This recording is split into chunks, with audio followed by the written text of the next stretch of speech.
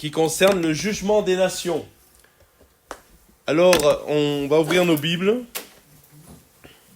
C'est quand même la meilleure chose à faire pour étudier la Bible, c'est d'ouvrir la Bible. Et on va l'ouvrir dans Matthieu chapitre 25. Et nous allons faire la lecture du verset 31 au verset 46, jusqu'à la fin du chapitre.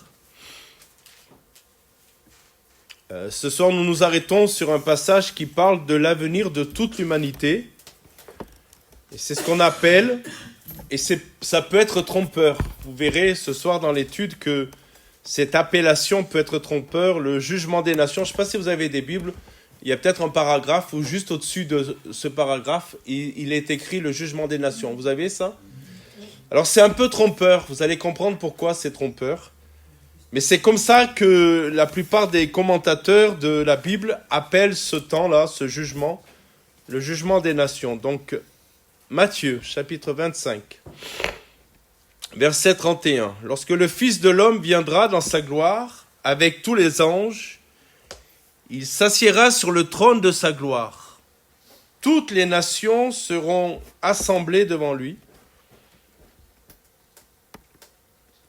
Il séparera les uns d'avec les autres, comme le berger sépare les brebis d'avec les boucs.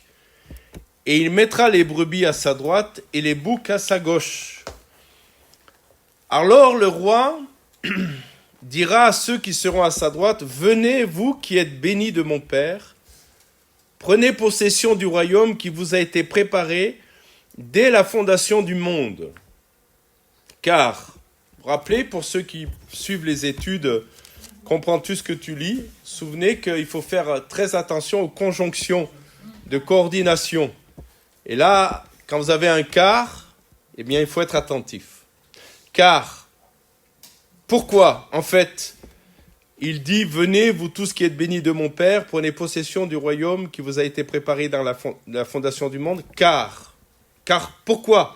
Je vous lance cette invitation. Car j'ai eu faim, et vous m'avez donné à manger. J'ai eu soif, et vous m'avez donné à boire. J'étais étranger, et vous m'avez recueilli. J'étais nu, et vous m'avez vêtu. J'étais malade, et vous m'avez visité. J'étais en prison, et vous êtes venus vers moi.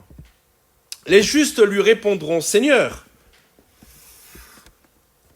quand avons-nous vu avoir faim, et t'avons-nous donné à manger? Ou avoir soif, et t'avons-nous donné à boire? Quand avons-nous vu étranger, et t'avons-nous recueilli? Ou nu, et t'avons-nous vêtu? Quand avons vu malade ou en prison, et sommes-nous allés vers toi? Et le roi leur répondra, je vous le dis en vérité, toutes les fois que vous avez fait ces choses à l'un de ces plus petits de mes frères, retenez, de mes frères, c'est à moi que vous les avez faites. Ensuite, il dira à ceux qui sont à sa gauche, donc les boucs, retirez-vous de moi, maudits, allez dans le feu éternel qui a été préparé pour le diable et pour ses anges. Tout est intéressant là, vous verrez. Tous les détails sont à prendre en considération. Car j'ai eu faim et vous ne m'avez pas donné à manger. J'ai eu soif et vous ne m'avez pas donné à boire. J'étais étranger et vous ne m'avez pas recueilli. J'étais nu et vous ne m'avez pas vêtu. J'étais malade et en prison et vous ne m'avez pas visité. Ils répondront aussi, Seigneur, quand avons-nous vu ayant faim ou ayant soif ou étranger ou nu ou malade ou en prison et ne t'avons-nous pas assisté? Il leur répondra, je vous le dis en vérité, toutes les fois que vous n'avez pas fait ces choses à l'un de ces plus petits, c'est à moi que vous ne les avez pas faites. Et ceux-ci iront au châtiment éternel, mais les justes à la vie éternelle. Amen. Gardez vos Bibles ouvertes et gardez le chapitre 25 ouvert pour que vous compreniez bien que Jésus prononce ces paroles à la fin de ce qu'on appelle son grand discours sur le mont des Oliviers. Et il vient de parler, vous le vérifierez à la maison, mais il vient de parler des derniers temps, de la tribulation, notez bien, de la tribulation et de son retour. Et il conclut avec cette scène puissante, lui, assis sur son trône, jugeant toutes les nations. Ce texte-là n'est pas fait comme toute la parole de Dieu, comme les prophéties de l'Ancien Testament, comme le livre de l'Apocalypse. Toutes ces choses ne sont pas écrites pour nous faire peur. Il y a des gens qui ont peur lorsqu'on étudie l'Apocalypse. Mais en fait, le but de la parole de Dieu, ce n'est pas de nous inquiéter, mais c'est de nous préparer ou de nous réveiller. Et parfois les deux en même temps. Alors avant d'entrer dans le texte, précisons quelque chose d'important. Et il faut bien comprendre ce que je vais dire ici, parce que si vous faites un non-sens de l'écriture, si vous ne l'interprétez pas correctement, vous allez forcément tomber dans de fausses doctrines. C'est ça le problème. Non pas volontairement, parce que des fois il y a des fausses doctrines volontaires, mais parce qu'on ne comprend pas bien le texte, on ne comprend pas bien la chronologie des choses, on commet des erreurs doctrinales et on prêche des choses ou on affirme des choses qui ne sont pas du tout la réalité. Alors il faut comprendre plusieurs choses. Le jugement des nations, c'est un jugement spécifique, comme tous les jugements. Cela n'a rien à voir avec le tribunal de Christ. C'est ce qu'on a vu la dernière fois, le tribunal de Christ. Qui veut bien me rappeler, vous qui êtes de bons élèves, vous êtes tous des bons élèves, qui veut bien me rappeler ce qu'est le tribunal de Christ et ça concerne qui ? D'abord, ça concerne qui ? Les croyants. Et c'est quoi le tribunal de Christ ? C'est dans 2 Corinthiens 5:10, vous pourrez le vérifier. C'est quoi ? Souvenez ? Tout ce qu'on, en connaissance de cause qu'on aurait dû faire et qu'on n'a pas fait pour... Alors, le tribunal de Christ, il y a de ça, mais le tribunal de Christ, ce n'est pas un tribunal de jugement, mais c'est un tribunal de récompense. Parce que notre jugement, il a été porté par Jésus sur la croix. Et on a commencé, rappelez-vous, par le jugement du péché sur la croix. Et le tribunal du Christ, c'est pas un tribunal de jugement, de condamnation. Notre salut est acquis, mais c'est... Rappelez-vous, j'ai parlé vous savez, de ces vainqueurs qui venaient, et ils étaient là comme sur une estrade, et ils recevaient les lauriers. Vous vous souvenez de ça ? Et c'est de là que vient le mot béma, là, tribunal. Donc c'est pas le tribunal du jugement, c'est le lieu des récompenses. D'accord ? Donc ça concerne les croyants qui sont nés de nouveau, qui ont été enlevés lorsque l'Église a été enlevée, lorsque Jésus est revenu. Vous me suivez là ? Et après, il y a ce moment de récompense. Et on a vu ensemble que les récompenses sont différentes en fonction du vécu de chacun. Alors le tribunal de jugement des nations, ce n'est pas ça. Et ce n'est pas non plus, et c'est là que beaucoup commettent l'erreur, ils superposent, parce qu'en plus, il y a la difficulté que dans le livre de l'Apocalypse, aussi bien le jugement des nations et le jugement du grand trône blanc se suivent dans la lecture. Est-ce que vous êtes conscient que quand vous lisez la Bible, et ça il faut qu'on en prenne conscience, on peut passer d'un verset à l'autre et il y a des années, et parfois des siècles, ça peut arriver, mais il y a des années entre un verset et l'autre verset.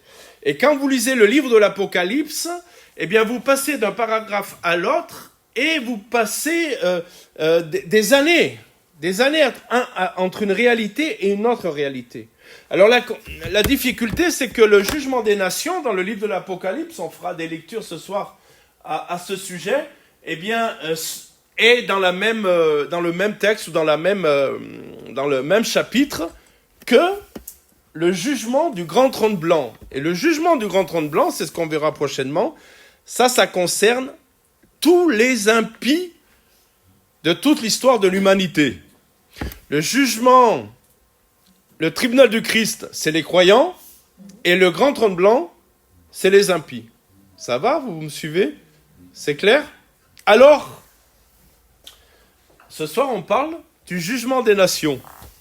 C'est un jugement spécifique, et il faut que vous notiez bien ceci, qui aura lieu au retour de Jésus, juste avant son règne de 1000 ans sur la terre. Ça, c'est le point important. La chronologie des jugements, il faut bien les classer, il faut bien comprendre. Tribunal de Christ, c'est lorsque l'Église est enlevée et les croyants reçoivent leur récompense. Ok. Le tribunal, le grand trône blanc, c'est à la fin de la fin. Là, c'est les impies qui rendront compte et qui seront condamnés. Et puis, il y a un autre tribunal. C'est un tribunal qui s'insère entre ces deux. C'est le tribunal des nations qui aura lieu, je le répète, au retour de Jésus, juste avant son règne de 1000 ans sur la terre. Il concerne les nations. Alors, quelles nations ? Pas l'humanité depuis l'histoire de l'homme. Parce que celui-ci, c'est soit le tribunal de Christ avec l'enlèvement de l'Église, parce que vous savez que les morts en Christ ressusciteront premièrement. Donc tous les croyants de l'Ancienne Alliance, tous ceux qui sont morts avant le retour de Jésus ressusciteront premièrement. D'accord ? Vous me suivez là ? Et donc cette partie de l'humanité depuis que la création de l'homme, sauvée, partira avec le Seigneur dans le ciel. Et nous, dit l'apôtre Paul, vous vous souvenez, nous les vivants, nous rejoindrons ceux qui sont ressuscités. Ok ? On a une difficulté, nous, lorsqu'on n'étudie pas profondément l'Écriture, c'est qu'on pense que le retour du Seigneur va se faire d'un seul coup et que tout va prendre place à la suite, dans le même temps. Mais non, le Seigneur arrive dans le ciel et il est dans les airs. Il ne met pas encore les pieds sur terre. Est-ce que vous me suivez ? Et nous, on a des difficultés. On croit qu'il va revenir et qu'il va mettre les pieds sur terre en même temps. Et il y a une autre partie de l'humanité qui va connaître le jugement de Dieu, c'est le grand trône blanc. C'est tous ceux qui ne sont pas à Christ. Dans l'Ancien Testament, c'était au travers ce qu'on appelle des types, ceux qui ont mis leur foi dans ce qui annonçait Jésus qui sont sauvés. Et dans le Nouveau Testament, c'est ceux qui ont mis leur foi en Jésus. Donc il y a ce tribunal des nations bien particulier. Il concerne les nations. Et écoutez bien qui il concerne. Il concerne les personnes qui auront traversé la période de la grande tribulation. Quand il y aura la grande tribulation, ça vous parle ça, la grande tribulation ? Et que donc, il y aura un déchaînement, c'est pas pour rien d'ailleurs, vous le verrez tout à l'heure, que le Seigneur donne une parabole, mais qui représente une réalité. Qu'il parle de ceux qui ont aidé, ceux qui avaient faim, vous vous souvenez ? Ceux qui avaient soif. Dans un contexte particulier. Donc, le jugement des nations concernera les personnes qui ont traversé la période de toute la grande tribulation. Vous me suivez là ? Pas maintenant. Nous, on ne fera pas partie de ce jugement-là. Mais ceux qui auront traversé la grande tribulation. Alors, le roi vient et il juge. Tout à l'heure, j'avais mis cette diapositive à l'écran et un frère est entré et il a dit « Je crois que le roi revient. » Ben oui, mes frères et sœurs, le roi revient. Il est à la porte. Plus que jamais. Et on se rend compte que dans ces temps-là, depuis quelques années, on a l'impression, je ne sais pas comment vous vivez les choses, mais moi je le ressens comme ça, on a l'impression que le temps s'accélère. Que le Seigneur revient bientôt et que le Seigneur a usé de patience, et de patience, on y reviendra depuis 2000 ans. Mais on a le sentiment que le temps s'accélère d'une façon incroyable et on se rend compte que des prophéties qui ont mis des centaines d'années, voire des millénaires pour s'accomplir, sont en train de s'accomplir à une vitesse grand V. Alors, ça nous appelle à beaucoup de sérieux. Vous êtes conscient de ça ? Beaucoup de sérieux avec le Seigneur. Donc il est dit que lorsque le Fils de l'homme viendra dans sa gloire avec tous les anges, il s'assiera sur le trône de sa gloire. Comment Jésus se présente ? Il se présente comme le Fils de l'homme. Et nous le savons, mais il n'est pas inutile de le rappeler, quand Jésus reviendra, ça ne sera pas le Jésus de la crèche qui est né à Bethléem. Jésus se désigne lui-même le Fils de l'homme. Et on va lire un texte dans Daniel chapitre 7. C'est un titre qui nous vient du livre de Daniel. Le livre de Daniel est un livre que nous devons lire en parallèle avec le livre de l'Apocalypse. Si un jour vous lisez, vous étudiez le livre de l'Apocalypse, il faut ouvrir les deux livres ensemble pour bien comprendre toute la portée de la prophétie biblique. Daniel, c'est un livre quelque part apocalyptique. Vous savez ce que ça veut dire, apocalypse? Révélation, dévoilement. C'est comme quand vous avez une inauguration ou un tableau, et puis à un moment donné, il y a un voile qui est là, et puis à un moment donné, on enlève le voile. C'est ça, apocalypse. Voilà que ce qui est derrière le voile est révélé. Mais le livre de Daniel est un livre apocalyptique, dans le sens où il dévoile des choses. Et dans Daniel chapitre 7, vous avez vos Bibles, regardez bien ce que nous lisons. « Je regardais pendant mes visions nocturnes, et voici, sur les nuées des cieux, c'est quand même incroyable, hein, la pertinence, vous êtes d'accord avec moi? La pertinence de la parole de Dieu. La Bible ne se contredit pas, elle se complète, elle s'éclaire.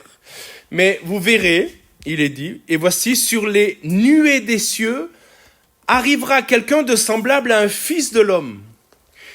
Il s'avança vers les anciens des jours, et on le fit approcher de lui.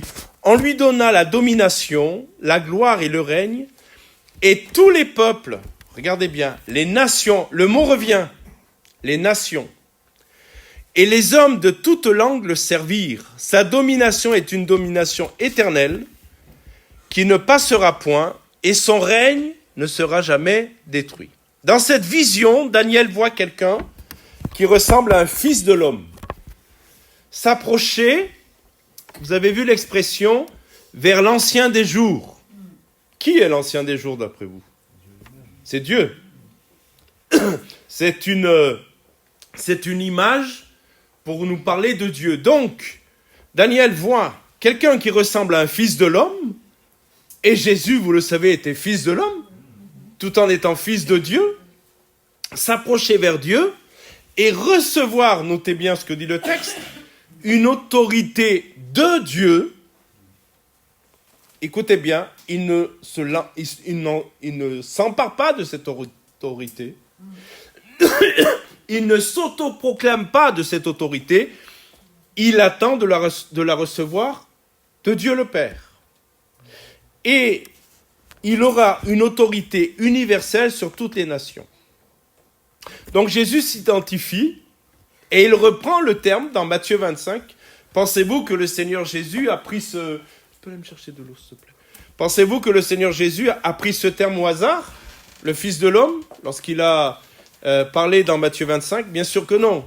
Il l'a fait avec intention, parce qu'il voulait faire référence sans équivoque possible à Daniel chapitre 7. Donc, Jésus s'identifie à cette figure et il dit que quand il reviendra en roi. Quand il reviendra, ce ne sera pas dans la discrétion de Noël. Vous savez tous comment Jésus est venu dans le monde. Dans une discrétion extraordinaire. Vous êtes d'accord avec moi? Rien de pompeux, rien de fulgurant, non. Il est venu au monde, même dans une étable. Vous savez qu'on n'avait pas de place pour lui. Donc il s'est caché, je vais le dire ainsi, j'espère que vous allez comprendre. Il s'est caché dans le voile de la chair. Voilà. Caché dans le voile de la chair. Mais, quand il reviendra, le texte de Matthieu 25 nous dit qu'il reviendra dans toute sa gloire. Vous avez lu, entouré de tous les anges. Je ne sais pas si on a toujours conscience, moi je n'ai pas toujours conscience de ça quand je pense au retour du Seigneur. Je pense souvent qu'il va revenir, mais comme s'il était seul. Mais en fait, il va être entouré de myriades d'anges. Il y a des anges qui vont l'accompagner. Et il est dit qu'il va revenir avec une puissance que personne ne pourra ignorer ou contester. Et ce qu'il faut retenir aussi, c'est que le temps de ses souffrances sont finis, le temps où il s'est caché quelque part parce qu'il ne s'est révélé qu'à ceux qui voulaient bien le rencontrer, est révolue. Maintenant, c'est le roi qui vient. Et il nous est dit de ce roi qu'il s'assoit sur son trône. Merci. Il s'assoit sur son trône. Dans la Bible, s'asseoir sur le trône, c'est exercer son autorité de roi et de juge. Retenez cela, les deux.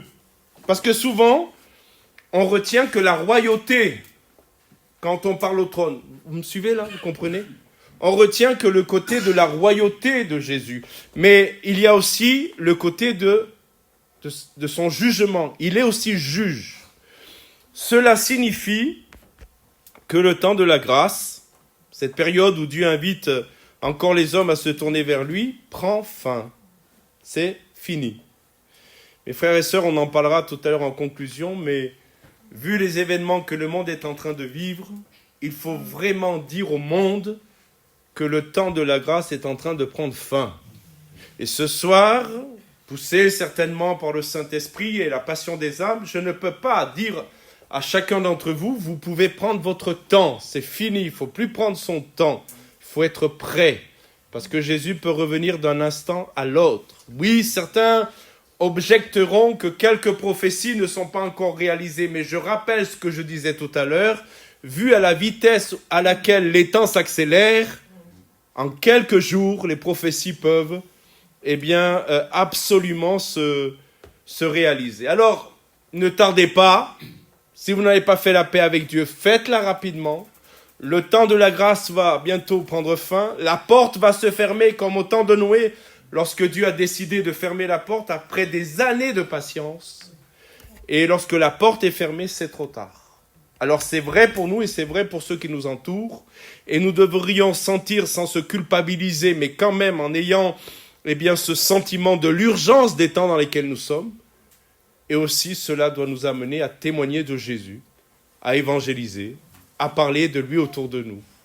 Je disais à une sœur qui était découragée, pas ici, il y a des années de cela, parce qu'elle ne voyait personne venir à l'église ou à l'évangile alors qu'elle témoignait. Je lui disais, votre responsabilité, ma responsabilité, c'est pas d'amener les gens à l'église, c'est de parler de Jésus.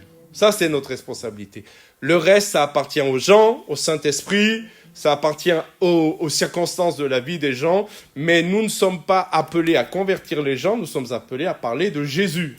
Et ça, c'est notre responsabilité. Lorsque nous comparons Matthieu 25 à Apocalypse 19, vous savez, je l'ai déjà dit,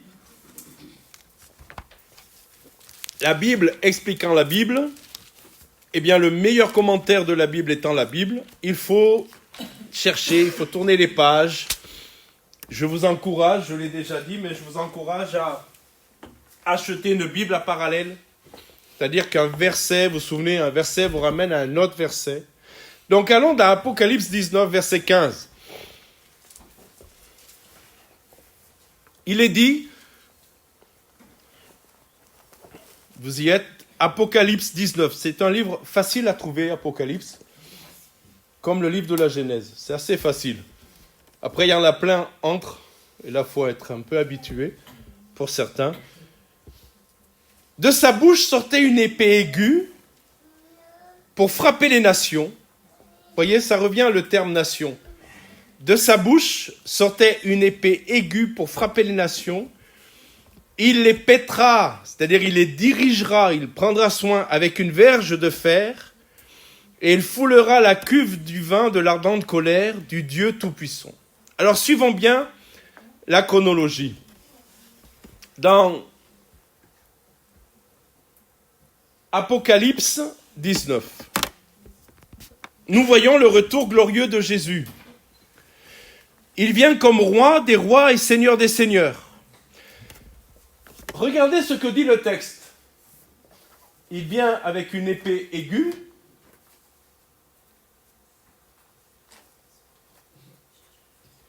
Et regardez bien, il frappe les nations. Il frappe les nations. Il frappe en fait les nations rebelles.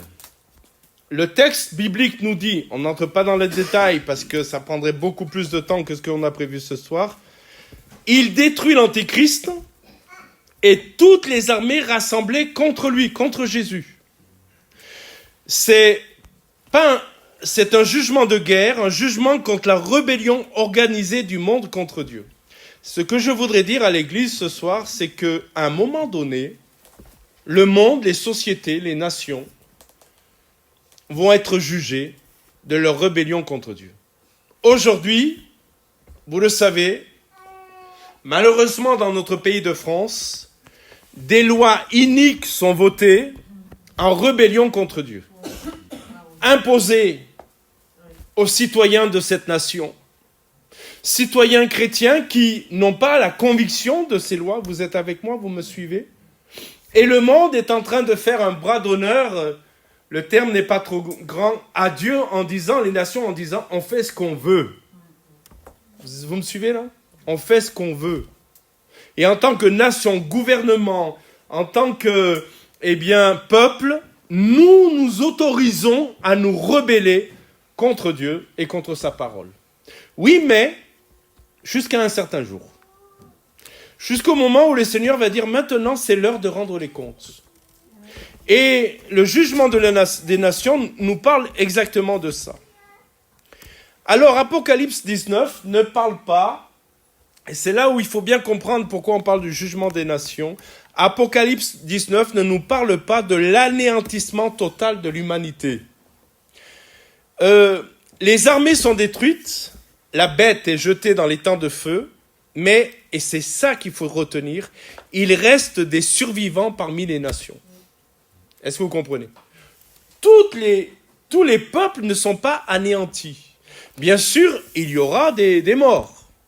Bien sûr, avec la grande tribulation, il y aura des temps terribles.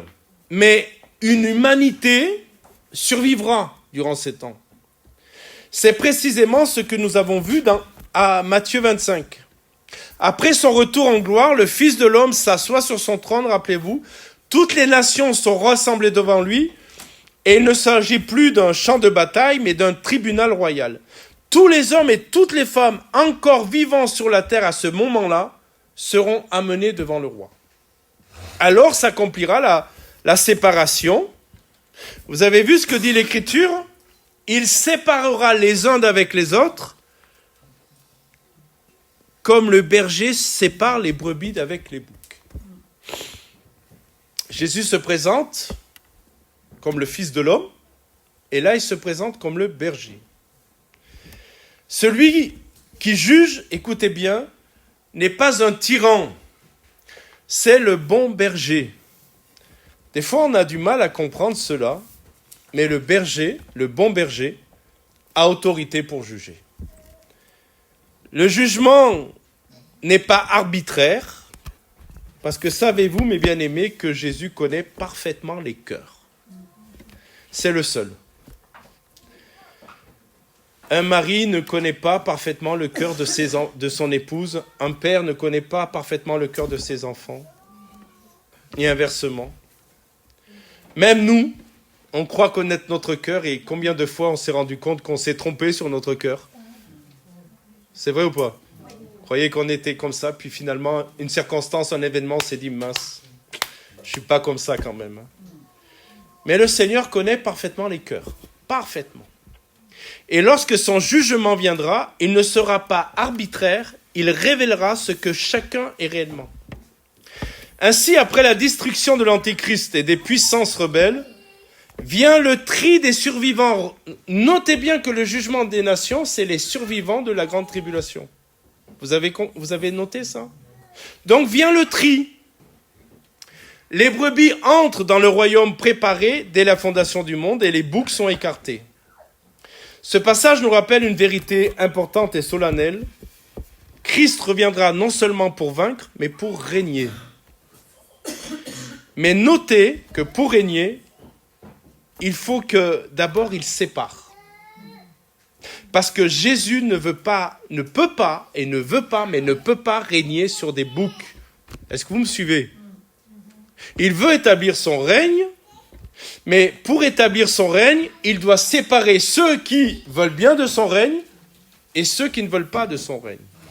Parce que même dans son glorieux retour, et c'est merveilleux quand on pense à cela, Même dans son glorieux retour, Jésus ne veut pas, comme un tyran, imposer son règne. Et autrement dit, comprenez-le ainsi, vous n'avez pas voulu de mon règne, eh bien, vous ne l'aurez pas, mais je vous sépare. Et mon règne ne sera que pour ceux qui l'acceptent. Tout le monde est là. Le texte dit, toutes les nations, et c'est là où c'est trompeur. Parce que nous pourrions penser, je ne sais pas à quoi vous pensiez quand vous lisez « Toutes les nations seront rassemblées devant lui », nous pourrions penser que c'est simplement, non pas des individus, mais des peuples entiers. Mais c'est là où c'est trompeur, parce que ce ne sont pas seulement les gouvernements ou les pays. Chaque personne individuellement devra rendre compte. On en veut pour preuve, revenez à Matthieu 25 si vous l'avez laissé, on en veut pour preuve ce que dit le verset 46. Et il est dit au verset 46, c'est là où je vous rappelle pour ceux qui suivent la formation de l'étude biblique, qu'il faut vraiment regarder les détails. Il y a des passages comme ceci, où on pense avoir compris, d'ailleurs, je ne sais pas si vous aviez pu, sans l'enseignement de ce soir, le situer, ce passage, à quel moment. Là, vous avez compris que c'est après la grande tribulation et ça concerne les survivants de la grande tribulation. Mais il faut relire et relire et relire, et le verset 46 nous montre que ce ne sont pas des peuples entiers qui seront jugés, mais c'est des personnes individuellement, parce qu'il est dit au verset 46, « Et ceux-ci iront au châtiment éternel, mais les justes à la vie éternelle. » Ceux-ci, ça parle de chaque individu. Le verset 46 nous parle bien d'individus et pas de peuple en masse. C'est pour ça que je vous dis c'est trompeur. Personne ne peut se cacher derrière son pays. Personne ne peut se cacher derrière sa culture. Personne ne peut se cacher derrière sa religion.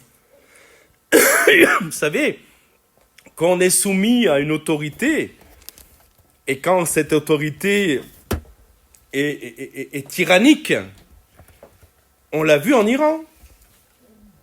Le peuple s'est révolté. Vous avez suivi ça. Ils en ont payé le prix. Puisqu'on estime à je ne sais pas combien de milliers de morts la révolte de ce peuple. Mais ce n'est pas parce que vous êtes sous une autorité ou une nation tyrannique, écoutez bien, que vous êtes irresponsable devant Dieu. Est-ce que vous me comprenez? Vous êtes responsable devant Dieu. Ce n'est pas parce que notre pays, pour moi, et je pense pour la plupart d'entre nous, légalise des choses iniques, que nous sommes obligés de nous soumettre à ces choses iniques. Nous ne pouvons pas nous cacher derrière notre gouvernement ou les prises de décision de notre nation en disant « moi, je me soumets ». Alors l'Écriture nous dit qu'il faut nous soumettre aux autorités de notre pays, mais ce verset est contrebalancé parce que Pierre dira « il faut mieux obéir à Dieu plutôt qu'aux hommes ». Donc on ne peut pas se déresponsabiliser. Et même si la nation est corrompue, nous, en tant qu'Église, en tant qu'enfants de Dieu, nous n'acceptons pas d'aller dans cette compromission, dans cette corruption. Vous êtes d'accord? Alors ça peut coûter cher. Parfois ça coûte un emploi. Ça peut coûter très cher. Mais vous êtes conscients et d'accord avec moi qu'il vaut mieux payer ce prix-là que de perdre son âme. Amen. Amen. Alors il y a deux groupes. Vous l'avez vu, il y a deux groupes. Seulement. Les brebis à la droite et les boucs à la gauche. C'est pas pour rien qu'il est mentionné pour les uns droite et pour les autres gauche. Jésus les sépare comme un berger qui, en fin de journée, sépare ses brebis et de ses boucs. J'ai regardé et c'est ce que faisaient les bergers de l'époque. Ils laissaient toute la journée les boucs et les brebis pâturer ensemble, mais à la fin de la journée, ils séparaient. Ils séparaient les boucs et les brebis.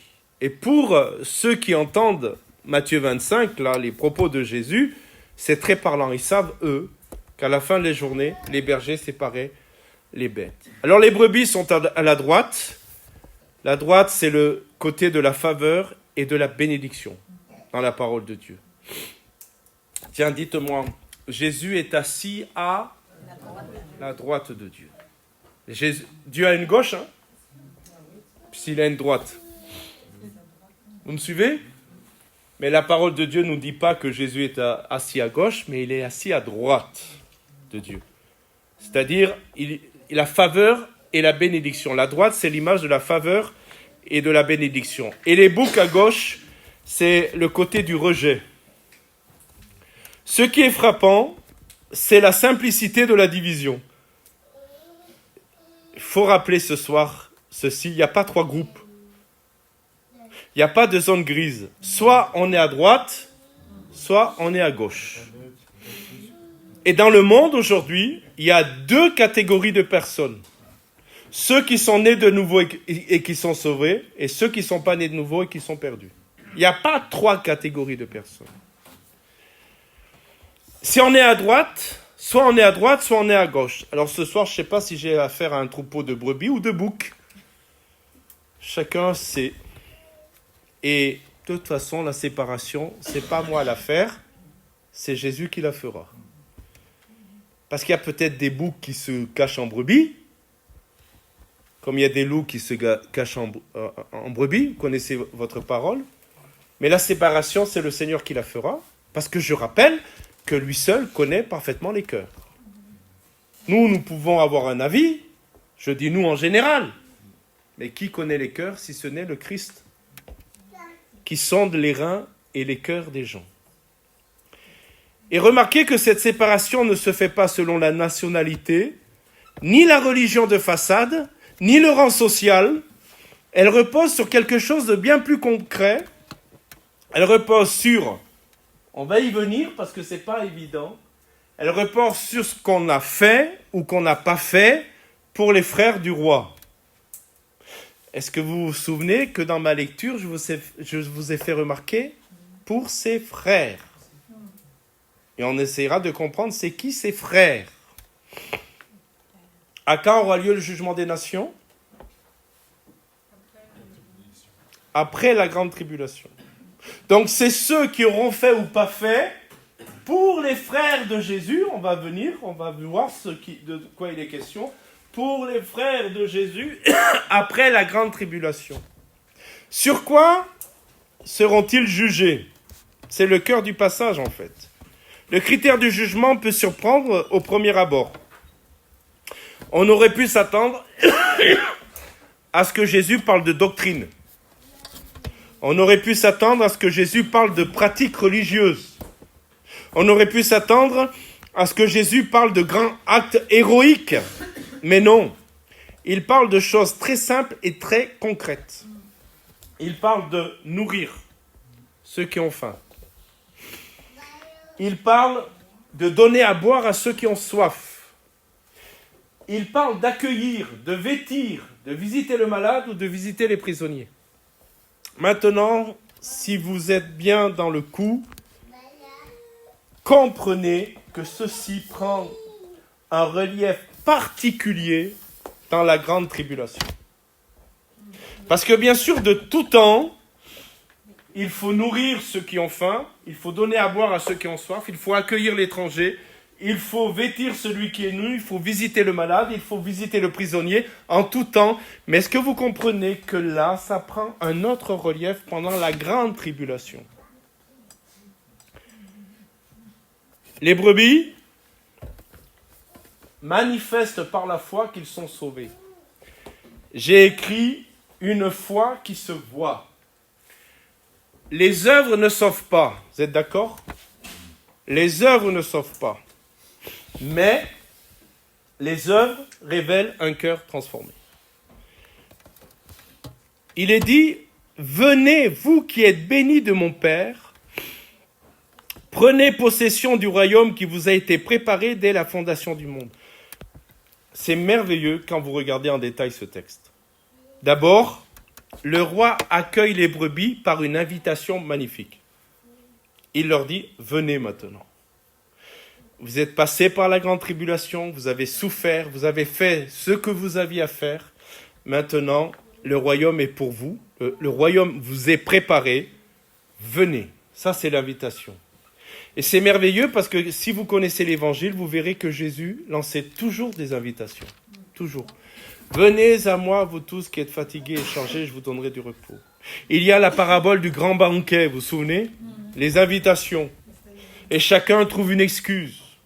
L'un dit, je viens d'acheter une paire de bœufs, il faut que je l'essaye. Depuis quand tu achètes une voiture sans l'essayer? C'est un gros mensonge. Je viens de me marier, c'est quoi l'excuse? Ah, viens avec ta femme, je t'ai pas dit de venir seul. Et vous savez, il y a des excuses, comment dirais-je, qui nous mèneront en enfer. Hein. Je parle en général. Hein. Les gens qui s'excusent toujours de l'invitation du Seigneur. Avez-vous remarqué qu'il est dit dès la fondation du monde? Autrement dit, mes frères et sœurs, avant de notre naissance, le Seigneur avait préparé notre salut.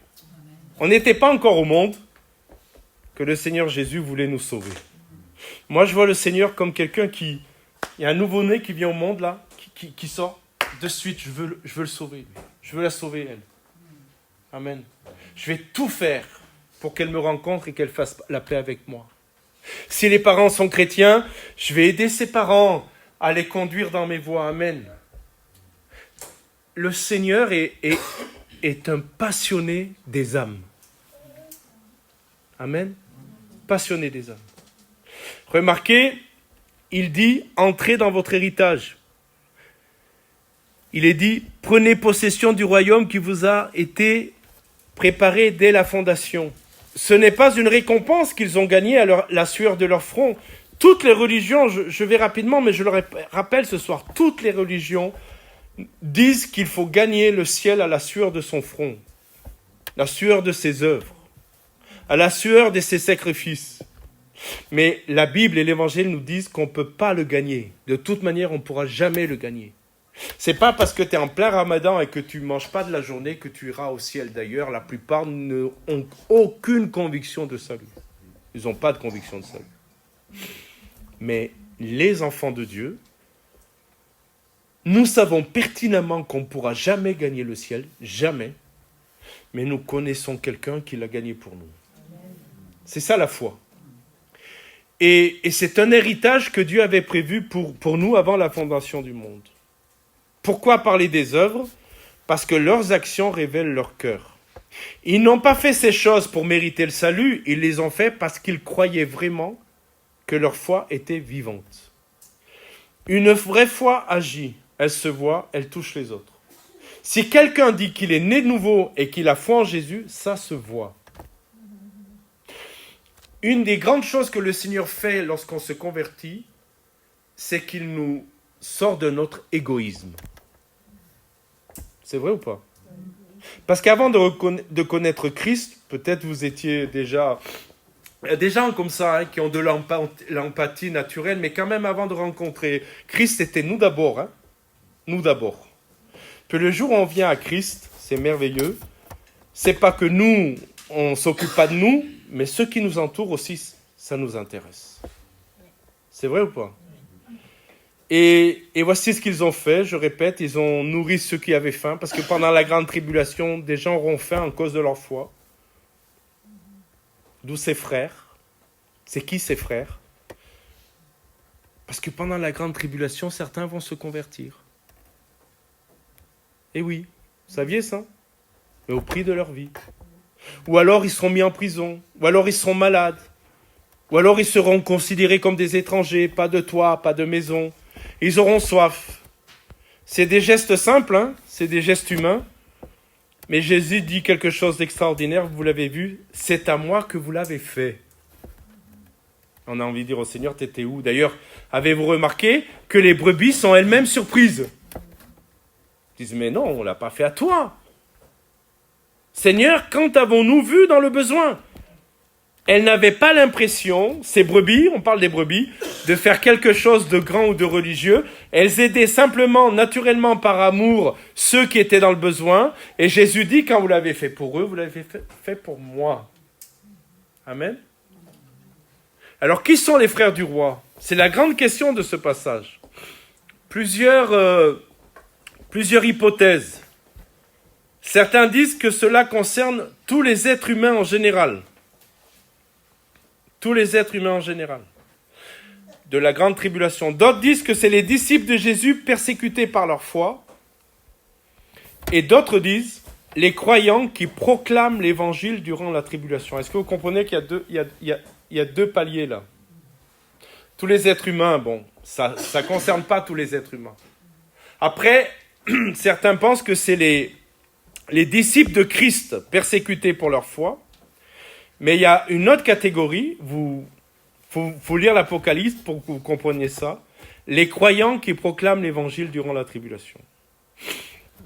Il y a des gens qui seront à Christ, qui seront persécutés, mais il y en a d'autres qui proclameront l'évangile, qui s'exposeront. Vous me suivez là? C'est certainement ceux-là qui auront faim, qui auront soif et qui seront mis en prison, plus que les autres. Le contexte de Matthieu, la situation de persécution suggère que ses frères sont ceux qui représentent Christ dans le monde et qui sont ses messagers. Et écoutez bien ce que Jésus dit. En aidant ces personnes-là, vous avez révélé votre cœur entier envers Dieu et c'est comme si c'est à moi que vous l'aviez fait. Maintenant, les boucs, eux sont condamnés. Il est dit, retirez-vous de moi, maudits, allez dans le feu éternel qu'il a préparé pour le diable et ses anges. Plusieurs choses. Ça va? Vous me suivez là? J'ai pas fait gaffe. Vous m'accordez un peu de temps? Vous accrochez? C'est bon? Pour réécouter, hein, si vous n'avez pas tout compris. Moi, j'ai pris du temps pour le préparer. Ça n'a pas été facile. Hein.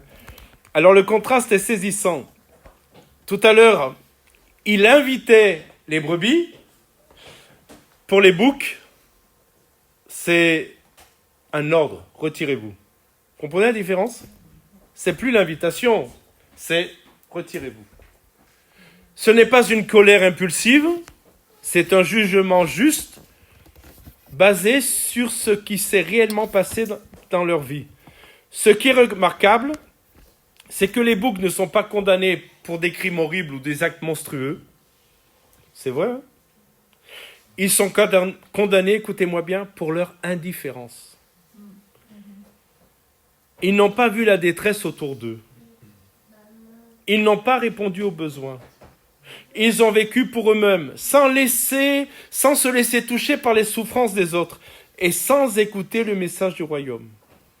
Et comme les brebis, ils ont dit, mais quand avons-nous vu dans le besoin et ne t'avons-nous pas aidé? Eux aussi, ils sont surpris. Mais écoutez, c'est ça qui est intéressant et quand même révélateur. Leur surprise ne change rien au verdict. Ce qui signifie, écoutez-moi bien, que leur surprise n'est pas le témoignage de leur innocence. Parce qu'on pourrait dire, mais ils ne savaient pas que c'était toi, Jésus. Donc ils ne l'ont pas fait.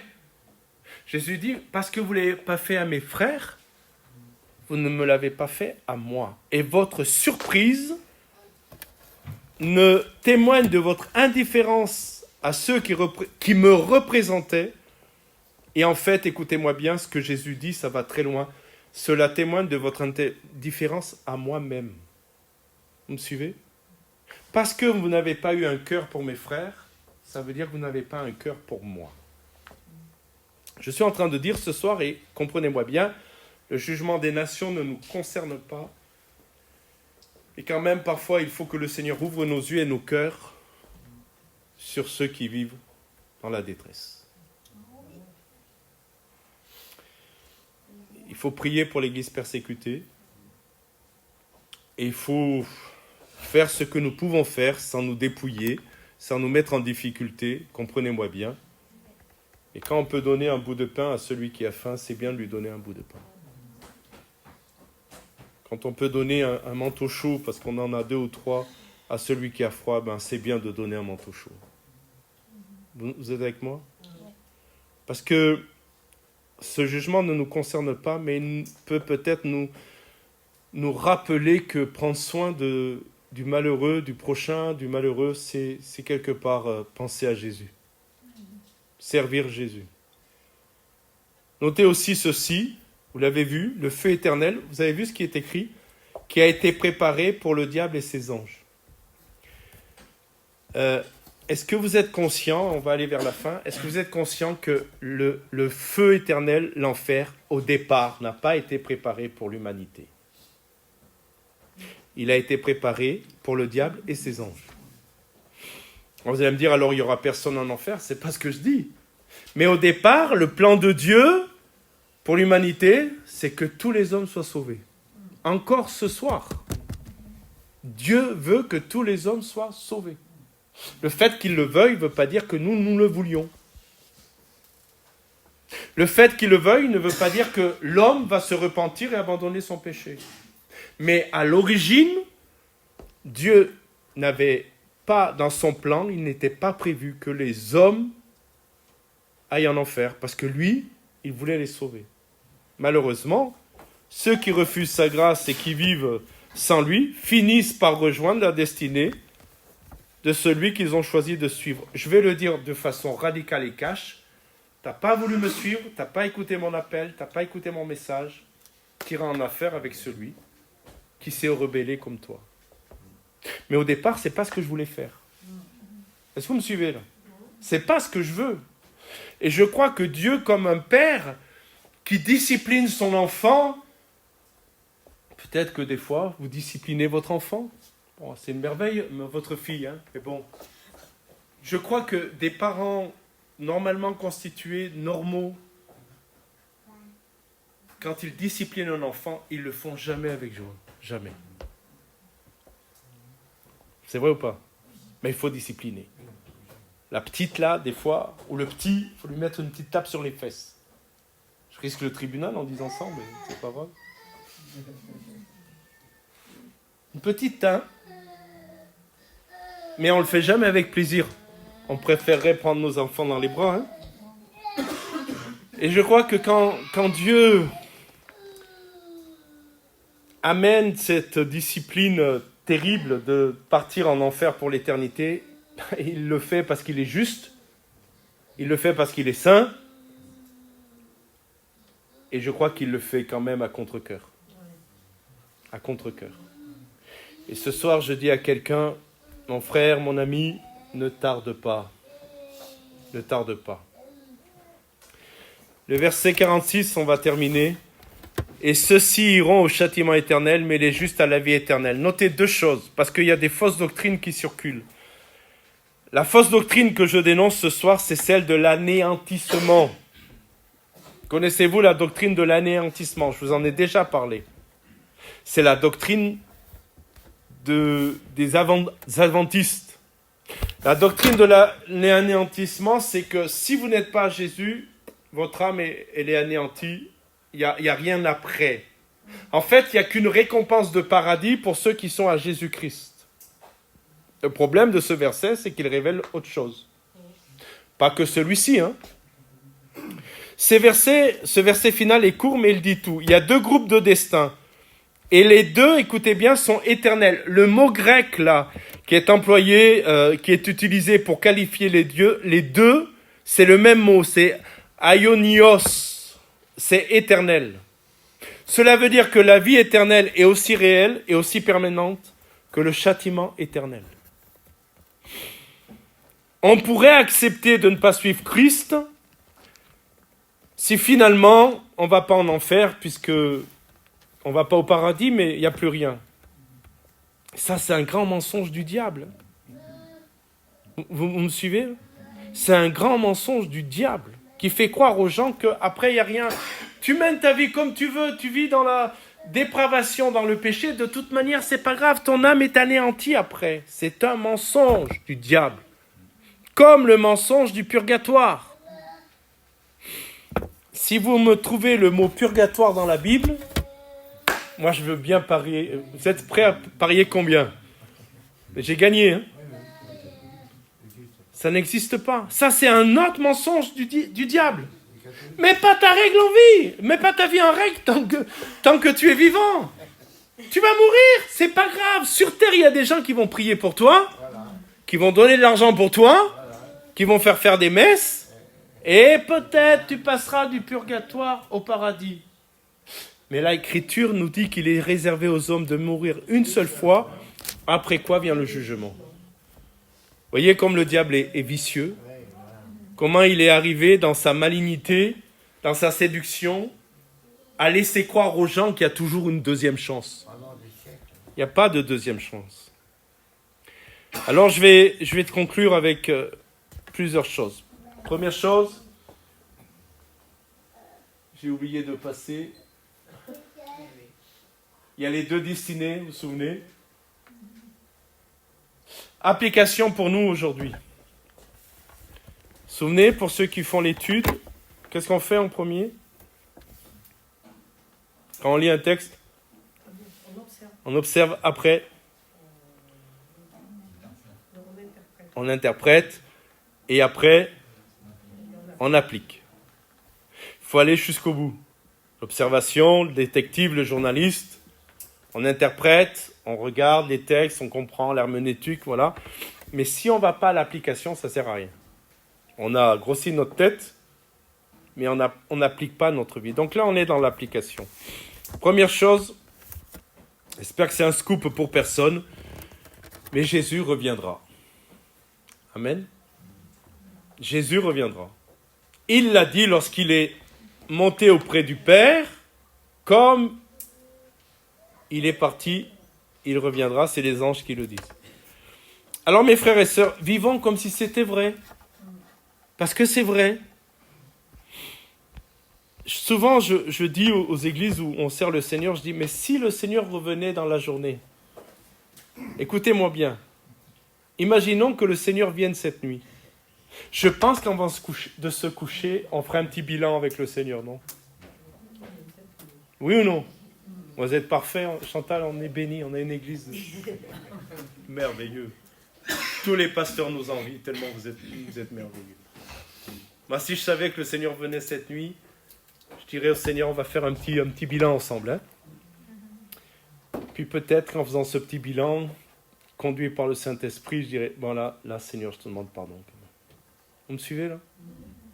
Alors si on sait que Jésus revient bientôt, vous savez, ce n'est pas une image, hein? Ce n'est pas une métaphore, c'est une réalité. C'est annoncé des dizaines de fois dans le Nouveau Testament. Savez-vous qu'il est plus question dans la Bible du retour de Jésus que de sa première venue? En nombre de versets. Il reviendra dans la gloire pour régner, pour juger. La question que ce texte nous pose à chacun est simple.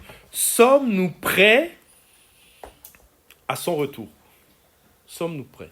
La deuxième chose, c'est notre attitude envers les croyants.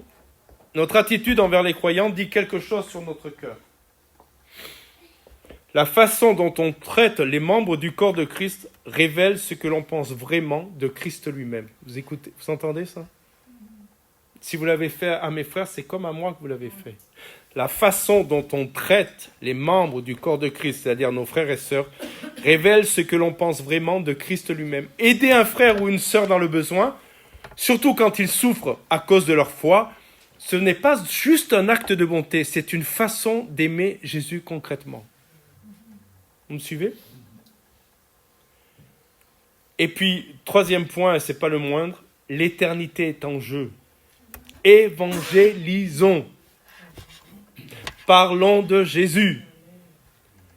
Il y a deux destinées finales, pas de troisième option. Nous avons la bonne nouvelle. Est-ce que vous ne rendez pas grâce à Dieu pour ceux qui vous ont parlé de Jésus?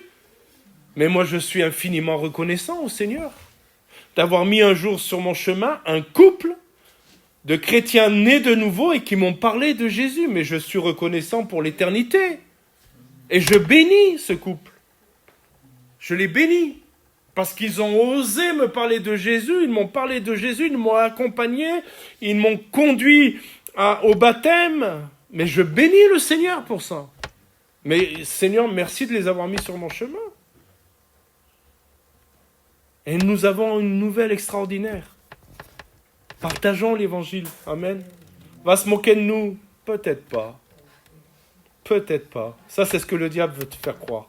Peut-être que ça va tomber dans un cœur qui est préparé et ils attendent que ça parce qu'ils n'ont aucun espoir. Mais si on leur dit que Jésus peut faire quelque chose là, ils vont commencer à reprendre espoir. Et au lieu de mettre une corde autour du cou et de se pendre, ils vont peut-être venir écouter l'évangile. Je conclus. Merci pour votre patience.